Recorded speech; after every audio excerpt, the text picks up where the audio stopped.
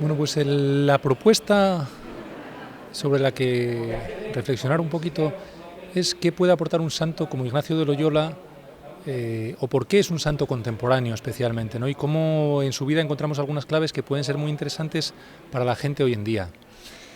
Partiendo, yo creo que de que San Ignacio de entrada no es uno de los santos, digamos, más populares, más carismáticos, más atractivos, que si a uno piensa en figuras de referencia de la Iglesia, rápidamente te asaltan, pues si miramos en claves contemporáneas, otras figuras yo creo que con otros acentos, ¿no? Una Teresa de Calcuta, un Monseñor Romero, un Vicente Ferrer, son gente que por su vida, por sus opciones, por que quizá sus pasos resuenan mucho en la sensibilidad contemporánea, inmediatamente se convierten en iconos incuestionados. O si incluso si miramos a santos más en la historia, pues probablemente un San Francisco de Asís habla mucho a una sensibilidad contemporánea desde su preocupación por la naturaleza, por la pobreza, por la humildad que tiene. O incluso dentro de los primeros jesuitas, pues San Francisco Javier con su vocación misionera o San Pedro Claver con su opción por ser el esclavo de los esclavos, inmediatamente se convierten en figuras que interpelan a las personas. San Ignacio es mucho menos conocido y probablemente más cuestionado porque mucha gente ve en él pues una persona más calculadora, más compleja, pues que escribe entrando en toda una serie de disquisiciones tan enormes, puntualizando tanto sobre la interioridad, sobre el mundo, sobre la gente, etcétera, que bueno, hay todo un abanico desde gente que lo aprecia mucho y lo admira mucho, a gente que lo considera un hombre más de despacho, hasta gente pues que lo considera un manipulador. Quiero decir que hay de todo, ¿no? Con la mirada de San Ignacio. La pregunta es por qué San Ignacio puede hablar a la sensibilidad de hoy de una manera diferente. Bueno, el itinerario de San Ignacio mucha gente lo conoce más o menos, pero es una historia en la cual el fracaso forma parte muy importante, porque él se preparó para vivir en la corte, fracasó porque cayó su protector en desgracia, se preparó para luchar en el ejército y la primera vez que tuvo que luchar prácticamente pues una bala le destrozó una pierna y ya no pudo volver al ejército, era un hijo segundón de una familia noble, con lo cual no tenía derecho a herencia, y en estas estaba cuando de golpe pues tiene una primera conversión que le hace descubrir que la cuestión de Dios es algo diferente y le pone en camino. Él se quiere ir a Jerusalén. Llega tras un largo itinerario en el cual hay mucho de conversión interior también, descubriendo que Dios no es simplemente una cuestión de heroicidades, sino mucho más de opciones personales a la luz del Jesús pobre y humilde que descubre. Pero llega a Jerusalén, no se puede quedar, aunque era su intención quedarse de por vida, se lo prohíben, tiene que volver a estudiar. Cuando está estudiando en España, queriendo de alguna manera hacer apostolado, se lo van prohibiendo en un sitio tras otro, con las sospechas de que fuera uno más de los iluminados que en aquellas épocas había por España.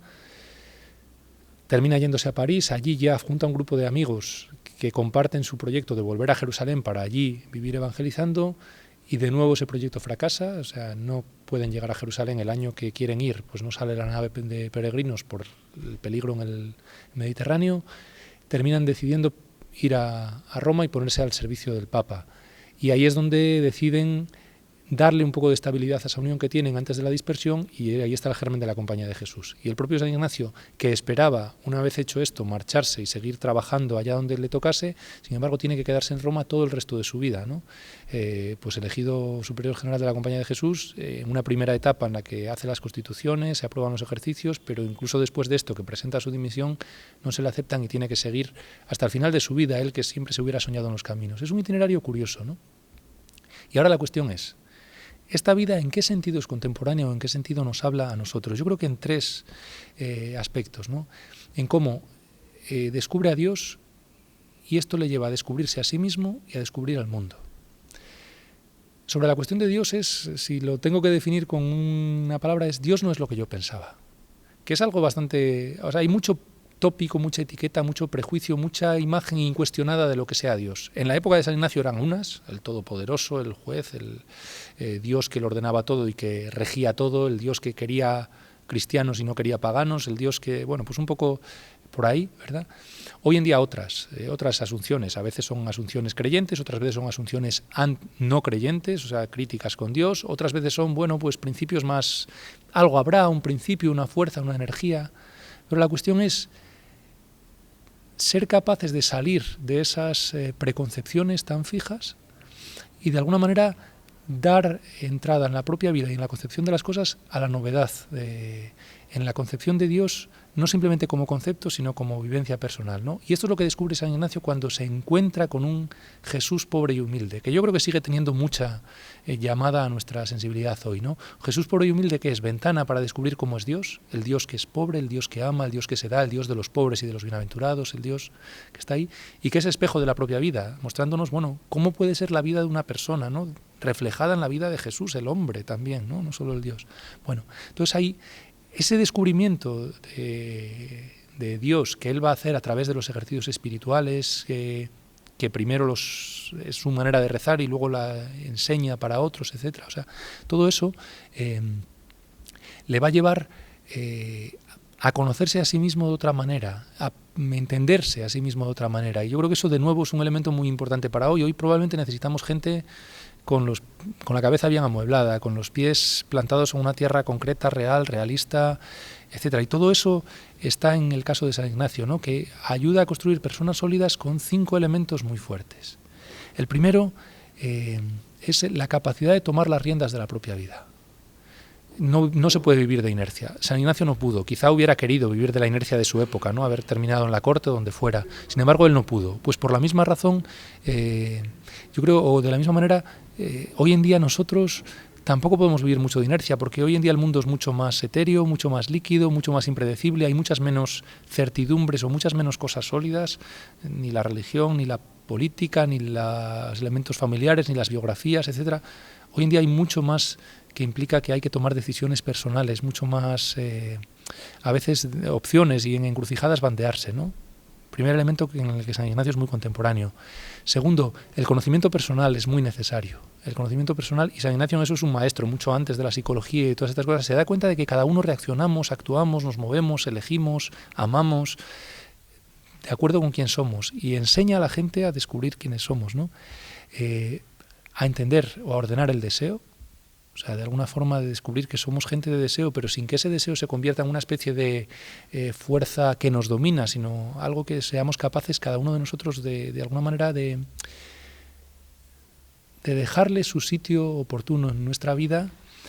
Las trampas que son diferentes en cada vida, es decir, pues en el fondo el saber, oye, yo de qué pie cojeo, ¿no? O cuáles son mis dificultades o mis defectos o mis trampas en las que yo mismo a veces por aquí, pues es que veo que cada vez que entro por este camino meto la pata. Bueno, pues yo será por un camino, tú por otro, el otro por otro, pero es importante que cada quien descubra el suyo, ¿no? Y los límites, el descubrir que todos tenemos límites en la vida. Esos 3 elementos forman parte de la mirada de San Ignacio sobre las personas, sobre uno mismo y sobre los demás. Y yo creo que los 3 son muy contemporáneos, ¿no? El descubrir, el aprender a no ser esclavos del deseo, el aprender a reconocer las propias trampas y el descubrir los límites no como un problema, sino como una oportunidad.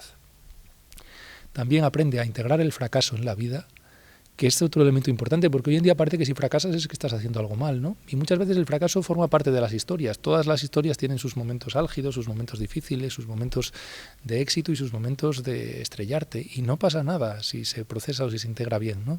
Bueno, pues otro elemento. El buscar la voluntad de Dios, no como algo que está escrito en las estrellas, ¿verdad? Sino como en el fondo algo que pasa por nuestra libertad, por nuestras decisiones, por las opciones que uno toma en la vida, y el ser capaces de vivir desde la gratuidad y la gratitud en un mundo como el nuestro donde la queja a veces es demasiado fuerte. Todo eso, que está así muy rápidamente enunciado, forma parte de ese primer círculo, ¿no? El conocimiento personal. Personas que sean capaces de trabajar o de vivir desde esas dimensiones. Pero no basta ahí. Esto lleva a descubrir también al otro. Y San Ignacio es un hombre que vive siempre en constante relación con los demás, ¿no? Y esto, en concreto, en su caso, le lleva a descubrir primero la amistad y sus límites. Y cuando digo la amistad y sus límites es porque San Ignacio fue un hombre de amigos. La compañía, en el fondo, la compañía inicial, la compañía de Jesús inicial, es un grupo de amigos. Pero no fue el primer grupo de amigos de Ignacio. Ignacio fracasó en otras historias anteriores, probablemente porque no supo relacionarse bien con la gente. En un caso, pues porque se quedó a un nivel muy superficial, en otro caso porque resultó muy invasivo y más que ayudar a la gente a crecer, los anuló. Y solo con estos primeros compañeros que ya son los conocidos, ¿no? San Pedro Claver, San Francisco Javier, Laínez, pues todos estos primeros compañeros, ya con esto sí acertó. Es decir, mira, no se trata de que sean copias mías, sino de que cada uno de ellos sea la mejor versión de sí mismo y darles las herramientas para que lo encuentren. Esto es lo que hizo con ellos.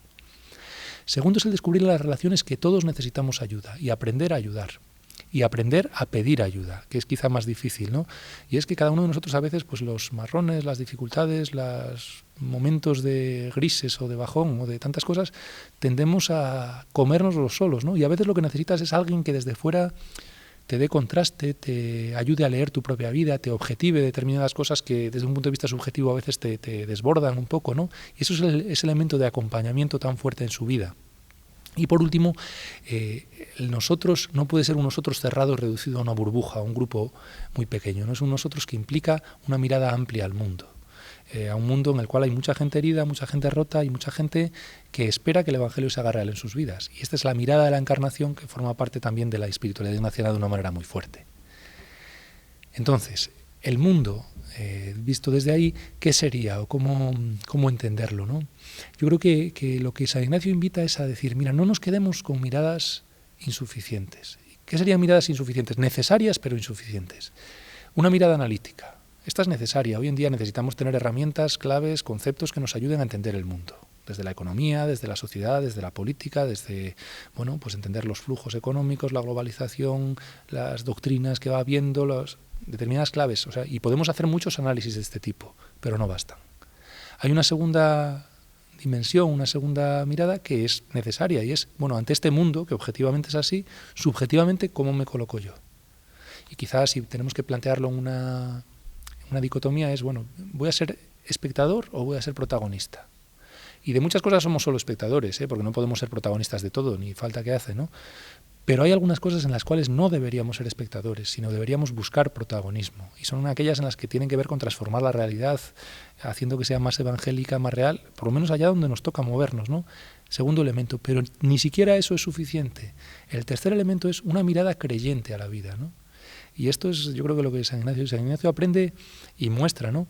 Él en su lectura de las cosas que ocurren, en su lectura de la sociedad, en su lectura de las personas en los caminos que llevan, en su lectura de las dinámicas sociales, etcétera, constantemente está tratando de tender puentes entre el Evangelio, Dios y la realidad concreta, ¿no? Y entonces entiende las cosas en claves de salvación, de fraternidad, de pecado, de reconciliación, de sanación, bueno. Hoy en día probablemente los conceptos o el lenguaje que utilizaríamos sería diferente, el lenguaje de él pues es más de aquella época, ¿verdad?, del siglo XVI, hoy utilizaríamos otras claves y otros conceptos, pero en el fondo eso es lo que está detrás muchas veces de formulaciones muy ignacianas, pues si la fe y la justicia, las fronteras, sanar el mundo herido, tantas cosas tiene que ver con esto. Pero ¿cuál es el elemento fundamental que yo creo que en esa mirada de la encarnación resulta más atractivo y más necesario hoy en día? Que San Ignacio, contra lo que pueda parecer, porque a veces utiliza imágenes muy, bueno, pues de lucha, de batalla de unos contra otros, etcétera, no tiene una visión excesivamente maniquea del mundo, en el cual el mundo es simplemente el escenario de una batalla de buenos muy buenos contra malos muy malos. Esto podría parecer por algunas de las formulaciones que él tiene en los ejercicios, en las dos banderas o en tal. Sin embargo, yo creo que por esa mirada real a la humanidad de las personas, desde su fragilidad, desde sus ambigüedades, desde todo esto, es mucho más capaz de entender que la realidad no es un mundo fragmentado, blanco, negro, míos, ajenos, puros, impuros, buenos, malos, sino que cada uno de nosotros probablemente tenemos dentro semillas de lo mejor y de lo peor, trigo y cizaña, etcétera. Y esto es muy contemporáneo. Una de las cosas que me gusta mucho ver en los iconos de la cultura contemporánea, en las series de televisión, en todas estas cosas, es cómo hoy en día no se reproducen esquemas que hace 20 años sí se daban, ¿no?, de una manera mucho más clara. Antes había, en general, pues las grandes series, las grandes producciones, etcétera, eran buenos muy buenos contra malos muy malos. Pensemos en Falcon Crest, hace su tiempo en Dallas. Pues los buenos eran muy buenos y los malos muy malos y estaban marcados, ¿no?, y delimitados, etcétera. Hoy en día, en las series de televisión, los personajes, hasta los que están del lado de la justicia, muchas veces tienen ambigüedades morales, tienen decisiones que serían muy cuestionables y sin embargo las toman, y te identificas mucho con ellos porque reconoces la fragilidad y los pies de barro de cada uno de nosotros, ¿no? Bueno, por lo tanto, y terminando un poco, esta es la clave, ¿no? ¿Por qué San Ignacio de Loyola es un santo contemporáneo? ¿Y por qué habla de una manera muy clara la sensibilidad actual? Yo creo que porque nos invita a hacer ese mismo recorrido, salir de imágenes cerradas de Dios y abrirse o atreverse a enfrentarse con imágenes que de alguna manera sean nuevas, ¿no?, y que nos significativas y contemporáneas. Y desde ahí ser capaz de ir viendo cómo esa mirada distinta afecta a la propia comprensión de uno mismo, que no se puede quedar en algo muy superficial, sino que debería ir a a una solidez personal que es más necesaria hoy probablemente que en otras épocas por la cantidad de tormentas que zarandean a la gente. Entonces, el conocimiento personal como un elemento fundamental, la mirada al mundo como el espacio donde tenemos que construir de verdad el Evangelio, pero un mundo real, concreto y aterrizado, y desde unas relaciones humanas sólidas, reales, respetuosas y vividas desde la fragilidad. Por eso, no se trata de que nosotros, cada uno de nosotros, tengamos que ser imitadores de San Ignacio, ni muchísimo menos, ¿no? Él vivió su vida y fue la suya, sino que encontremos las claves para vivir la nuestra de una manera que merezca la pena.